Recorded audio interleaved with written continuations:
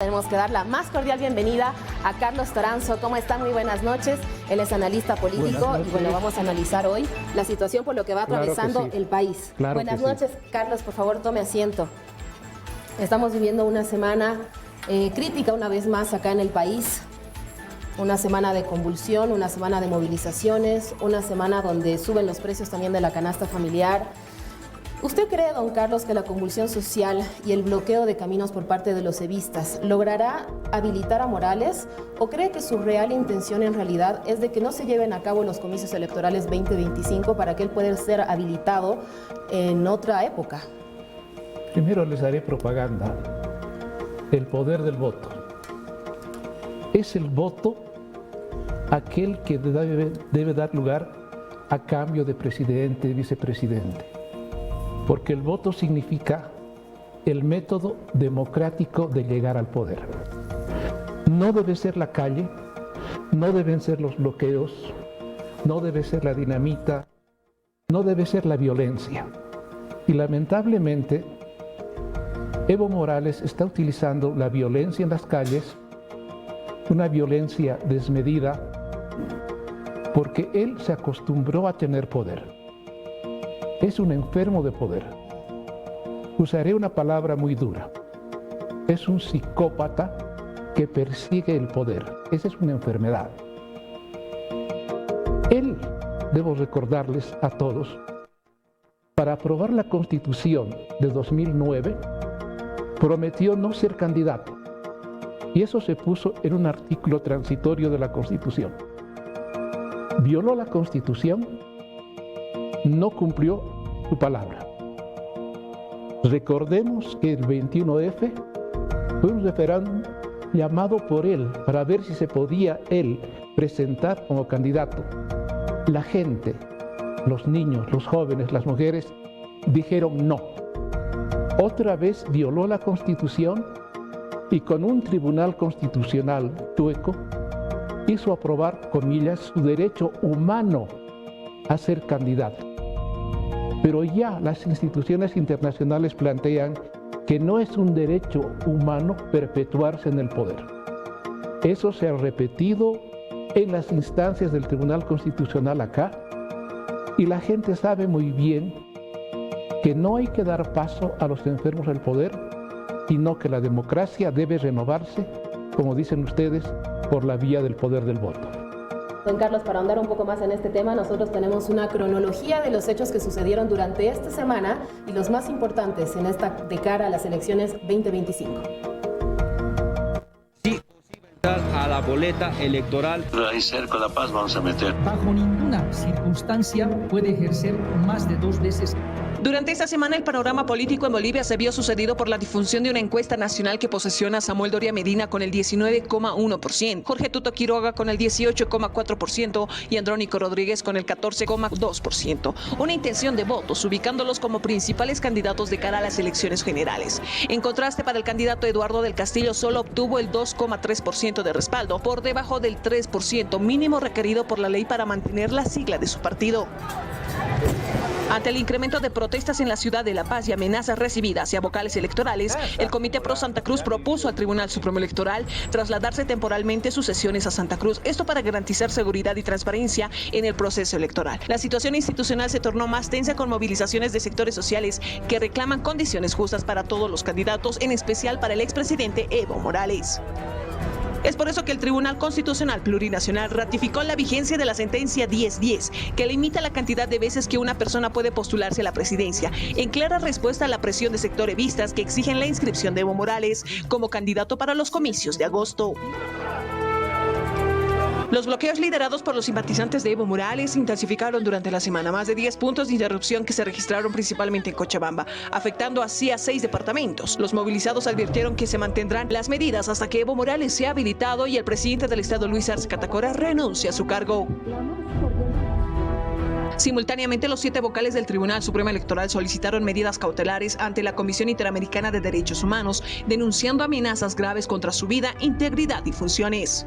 Es por eso que la Cámara de Senadores aprobó la Ley de Sistema de Transmisión y Publicación de Resultados Preliminares TREP, propuesta por el Tribunal Supremo Electoral. Como también los jefes de bancada de la Cámara de Diputados, MAS y PSP, Comunidad Ciudadana y Creemos, llegaron a un acuerdo en señal de consenso legislativo para garantizar las elecciones generales del 17 de agosto. Advertir que el señor Evo Morales está dando instrucciones a los dirigentes, en este caso a nosotros y a otros muchos más dirigentes, para poder convulsionar Bolivia. Durante la semana, el dirigente Rudy Capequique, quien presentó un audio atribuyendo a Evo Morales denunciando que hablaba de convulsionar al país, lo cual fue desmentido por el exmandatario, quien responsabilizó al gobierno de orquestar una campaña en su contra. El Tribunal Constitucional ha decidido que se mantienen vigentes las decisiones que se tomaron en ese Congreso del Movimiento Tercer Sistema y ha decidido que se mantenga la inscripción y la habilitación del Movimiento Tercer Sistema para participar en las elecciones de agosto de este año. Paralelamente, el Tribunal Constitucional Plurinacional anuló los fallos que impedían la participación del Movimiento Tercer Sistema, habilitando así a Andrónico Rodríguez como candidato por la Alianza Popular. Es por eso que Ruth Nina, presidenta de PANBOL, denunció que la suspensión de su partido es una aberración jurídica, señalando que si Evo Morales no participa, tampoco debería poder hacerlo ningún otro candidato. Esta declaración reflejó el nivel de conflicto legal y político que rodea las candidaturas. Este auto emitido por los autoprorrogados que hoy están haciendo viralizar, indicando que PANBOL ha perdido la personería jurídica, esto no sirve, no sirve. La justicia se ha quedado a pedazos.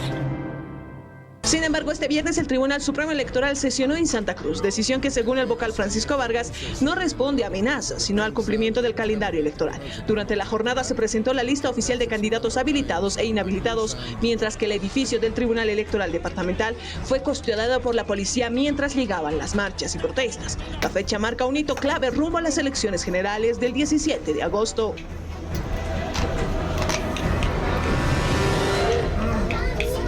Estamos viviendo semanas de movilizaciones, también de bloqueo de carreteras y ahora también de amenazas a vocales del Tribunal Supremo Electoral. Ante esto, don Carlos, hay ciudadanos y también fuerzas políticas que piden militarización. ¿Qué opina de esto?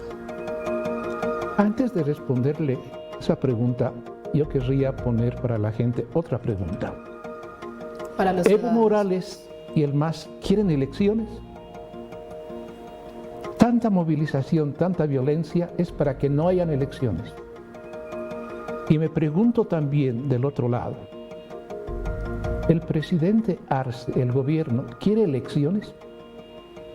Quizá sea un buen negocio para él, comillas, que le hagan un golpe de Estado y salga como víctima y no como el culpable de esta crisis política, de esta crisis económica, en la cual estamos sintiendo los efectos de la misma todos los ciudadanos. El que consume carne, el que consume pollo, el que consume Nescafé, el que consume aceite, todos estamos sufriendo la inflación. Estamos 3 días haciendo colas para tener algo de combustible.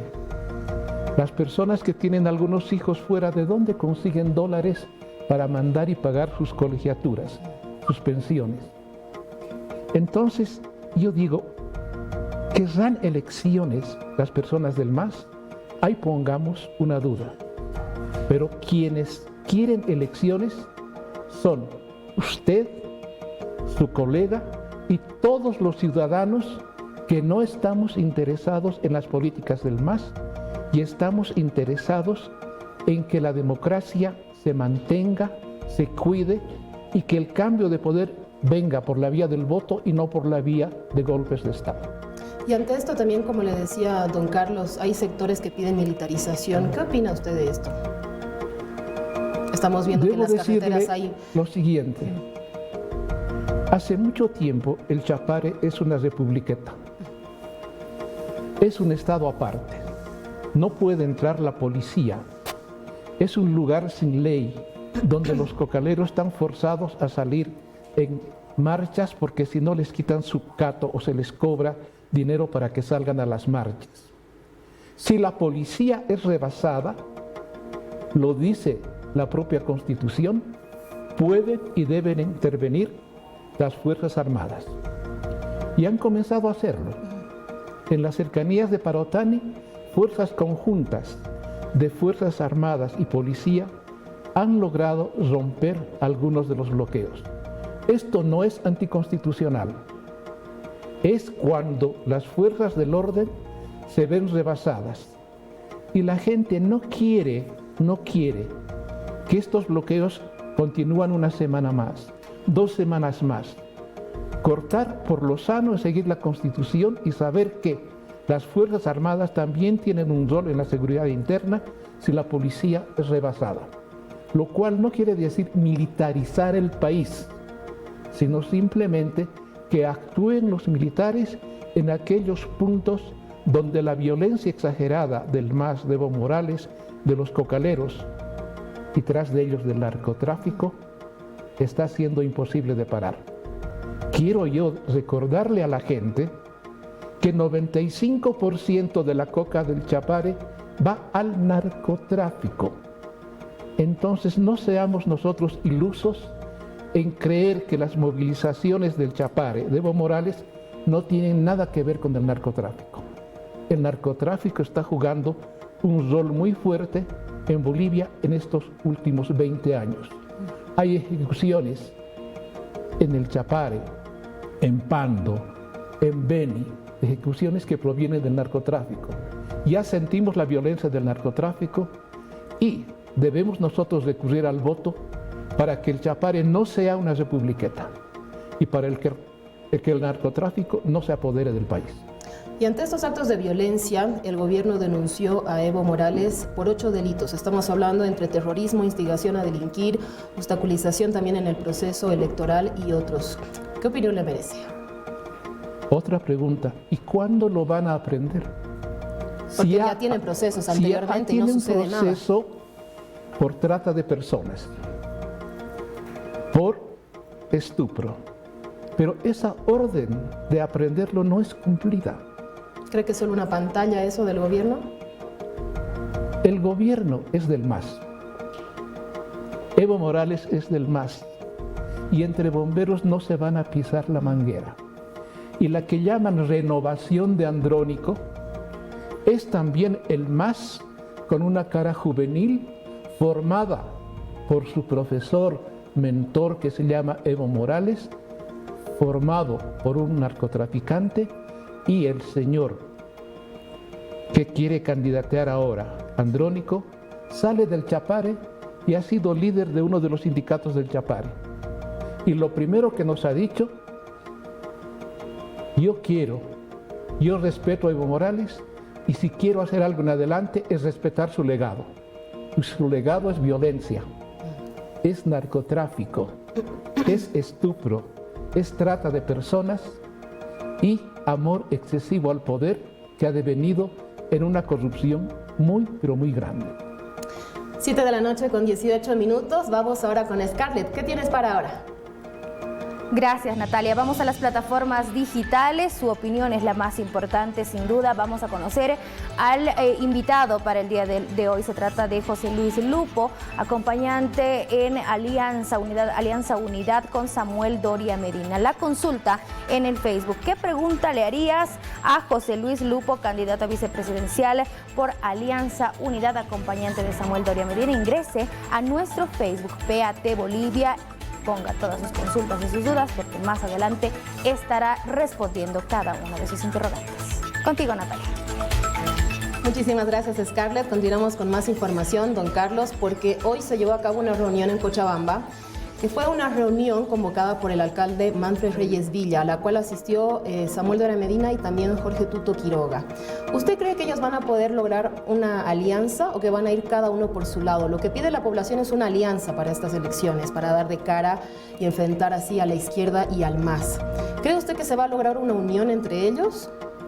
En 2019 no hubo unión, pero Carlos Mesa tuvo una votación muy alta, probablemente haya ganado las elecciones a Evo Morales, y Carlos Mesa, a quien muchos le dicen que es muy apático, que es cobarde, fue valiente al enfrentarse al poder de Evo Morales, y gracias a que se enfrentó, después pudimos salir a la calle los jóvenes, especialmente las mujeres, y obligar a que el enfermo de poder renuncie.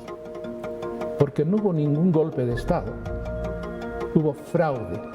Él renunció con una estrategia de que renuncien los del Senado, los de diputados, para dejar un vacío de poder. El 2019 la gente votó útil.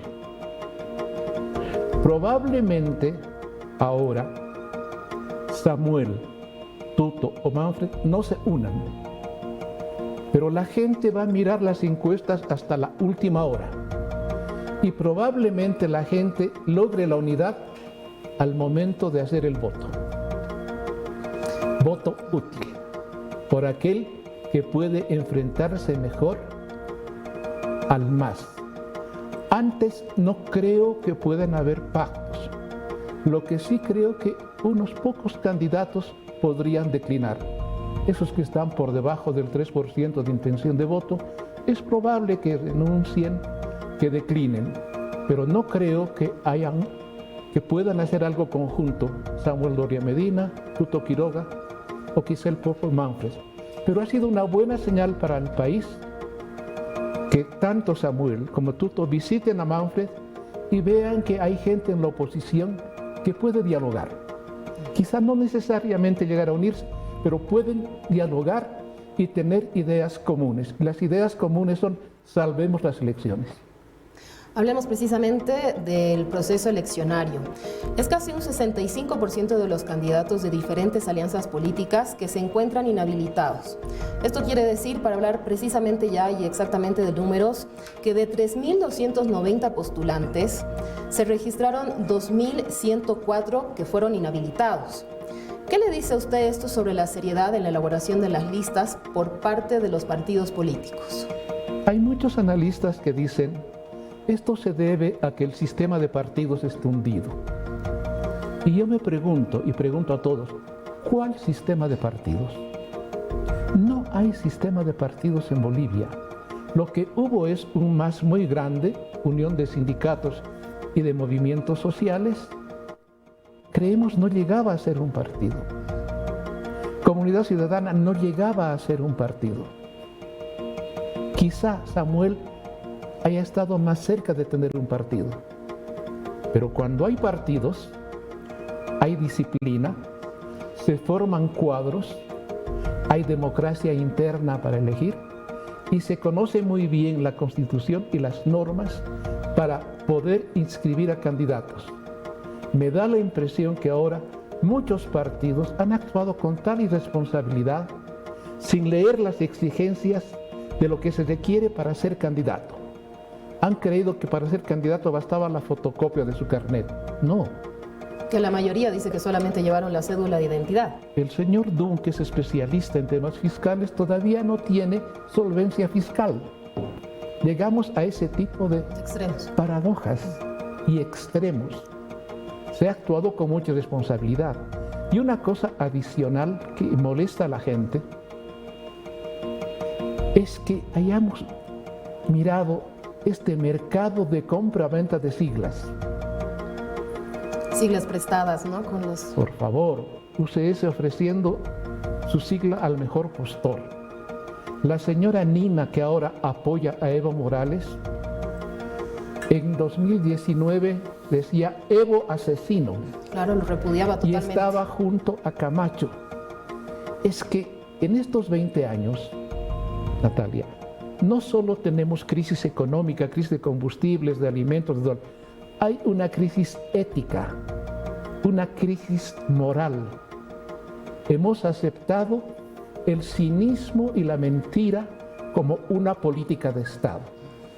Y si usted quiere tener hijos sanos y un futuro sano hacia adelante, que cultiven valores, que cultiven respeto a la Constitución, a las leyes, a sus amigos, a sus hermanos, a cumplir lo que se ha dicho.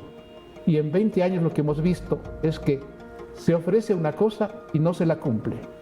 Y la gente se enoja por eso, porque la gente querría gente que le prometa poco, pero le cumpla todo lo que ha prometido. Entonces quiero decirle, no solo estamos en esa crisis de estas organizaciones que no pueden inscribir candidatos, estamos en un momento de una crisis moral y ética profunda. Y un país debe vivir con principios, con ética y con valores. Usted estaba hablando hace un momento del candidato a la presidencia, Jaime Dun.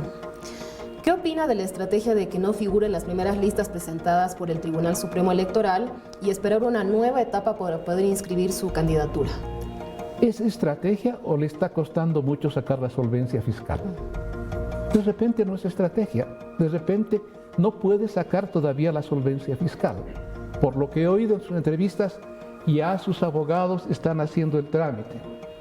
Pero si él iba a ser candidato, pensaba ser candidato hace 6 meses debería haber sacado la solvencia fiscal. Lo que pasa es que muchos están improvisando candidatos, alianzas. De repente Rodrigo Paz aparece un día con un candidato a la vicepresidencia y a los pocos días le renuncia y tiene que nombrar a otro. Y se va con Samuel además. Se va con Samuel, entonces seamos serios y no volvamos las elecciones un carnaval, seamos respetuosos de los procesos, los candidatos y nosotros los ciudadanos. ¿Qué opina de que Andrónico Rodríguez se desmarque totalmente de Luis Arce, o capaz no? ¿Qué opinión le merece? Y se muestre totalmente agradecido de Evo Morales. ¿Cree que esto repercuta en las votaciones, en la cantidad de votos que iba a tener Andrónico Rodríguez, de apoyo que iba a tener él? ¿Quién apoya al presidente Arce? ¿Quién apoya a su candidato? Es malo juntarse con Arce, porque eso huele a crisis económica, a falta de combustible, a falta de dólares, a falta de alimentos. Entonces Andrónico no quiere juntarse con ese Arce, pero debo recordar que 5 años ha cogobernado con Arce. Y ahora le agradece también a Evo Morales. Es de su partido, son del mismo partido, son de la misma bolsa.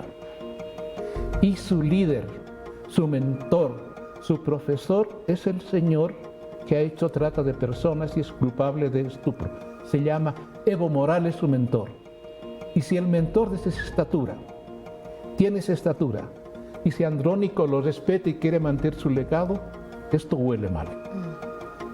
Hablemos de la crisis tan profunda por la que está pasando el país, don Carlos. Según el reporte del INE, el país registró una inflación acumulada del 9,81%. ¿Cree que esta cifra realmente representa la realidad de la crisis que estamos viviendo en el país?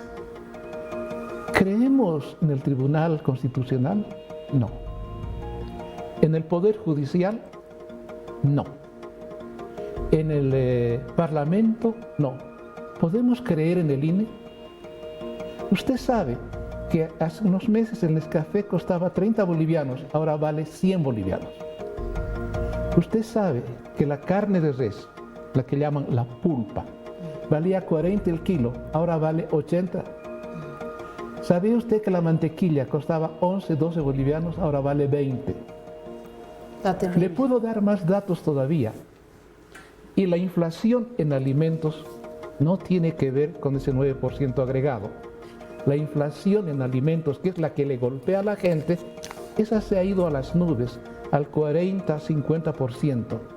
La inflación del mes pasado ha sido 3.6, la más alta. En América Latina, Bolivia es uno de los países que tiene una inflación demasiado elevada. Entonces, si hay esta crisis institucional, es muy difícil creerle al INE, como creer al presidente, como creer a Andrónico, como creer a los diputados, como creer a buena parte de los políticos. Pero esto no significa que nosotros tengamos una posición antipolítica, porque la política debería ser una actividad de bien, de servicio público. Y es vía política que se llegan a elecciones y es vía voto que se puede arreglar la democracia. Entonces, no lleguemos al extremo cochabambino, que digamos le odio a los partidos, le odio a todos los políticos. No. Tratemos más bien de crear partidos que sean instituciones fuertes, que tengan democracia interna, y comencemos también a oír lo que dicen ahora quienes están presentando elecciones. En muchos medios oigo mucha gente que dice, Y las ideas y los programas, he visto que Samuel Doria Medina tiene programa de gobierno. He visto que Tuto Quiroga tiene programa de gobierno. Pero lo que pasa es que nosotros atendemos solo a las primeras frases de propaganda. Y es más difícil atender a la lectura de los programas de gobierno. Y en los programas de gobierno hay mucha coincidencia. Y la coincidencia es: el tipo de cambio no debe ser fijo, debe ser flexible, tiene que acomodarse como en los viejos tiempos en el bolsín, debe fluctuar de acuerdo a la demanda y oferta de la divisa. Oímos en todos los programas: las subvenciones a los combustibles nos están matando.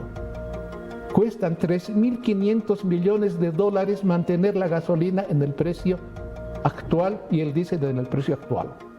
¿Y sabe quién usa más diésel? Los cooperativistas mineros, esos que hace 2 años exportaron 3.000 millones de dólares y tributaron 60 millones de dólares. Sabemos muy bien no solo que hay que modificar el tipo de cambio fijo, que hay que modificar estos subsidios y reducir un poco el Estado. Hay 600.000 funcionarios públicos que son clientela del gobierno. Al gobierno se entra con camiseta azul. Sepas leer o no sepas leer. Sepas tú hacer lo que se hace en un ministerio o no lo sepas. Requerimos un Estado más pequeño y un Estado más pequeño que no odia al empresario, que no odia la ganancia. Es sano el empresario que hace una actividad de dar empleo, se hace innovación tecnológica mucho mejor. No hay que odiar al empresario, no hay que odiar al emprendedor, no hay que odiar a nadie. Hay que articular entre lo público y privado una posibilidad de país. Todo eso está derramado en los programas que nos presentan los partidos. Y eso también lo está sintiendo la gente. Se da cuenta la gente que hay que cambiar estas cosas. Y le voy a poner una ilustración por si se crea que el ajuste es peligroso. En 1985 llegamos a una inflación de 8.000% anual. Y medida de junio, 20.000%. Había que hacer un ajuste drástico. Vino el presidente Paz Estenssoro, hizo el ajuste. ¿Qué quería la gente? Que no haya inflación, porque hoy día usted compraba esto en 10 y mañana era 20. Habían colas para pan, para harina, para carne. Y la gente lo que quería es que no hayan colas, que no haya desabastecimiento, que no haya inflación. ¿Quiénes apoyaron el ajuste? Los empresarios, los sectores acomodados de clases medias, también los obreros, también los gremiales. Esos miraron al otro lado, le dieron una legitimidad pasiva al ajuste. ¿Por qué? Porque no querían colas, no querían desabastecimiento. Y toda la gente lo que quiere hacia el futuro es tener certezas, tener certidumbre de lo que va a pasar en el futuro. Saber si voy a tener empleo, saber si voy a poder comprar pan, saber si voy a poder cargar gasolina, saber si puedo pagar el colegio de mis hijos. Uno requiere certezas. Y esas certezas nos las tiene que dar quien sea que llegue al gobierno, que no tenga ideas dogmáticas sobre la economía y menos ideas dogmáticas sobre la política.